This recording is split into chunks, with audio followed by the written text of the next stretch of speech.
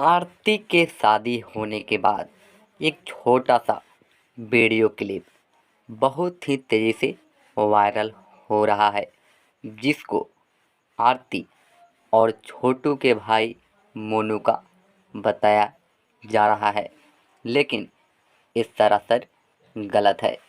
यहाँ पर जो देख रहे हैं ये कौन लोग हैं, ये तो आप पहचान गए ही होंगे। लेकिन इससे पहले कि चैनल पर नए हैं तो चैनल को सब्सक्राइब करके बेल आइकन को प्रेस कर दीजिएगा। अगर आप इनको पहचान गए होंगे तो कमेंट बॉक्स में इन दोनों का नाम ज़रूर लिख दीजिएगा। आपको बता दें कि इनका जो है कि शादी 25 तारीख को हुआ और बताया जा रहा है कि इनके सुहाग रात का वीडियो जो है कि वायरल हो गया है। ये बिल्कुल सरासर गलत है। ये कहीं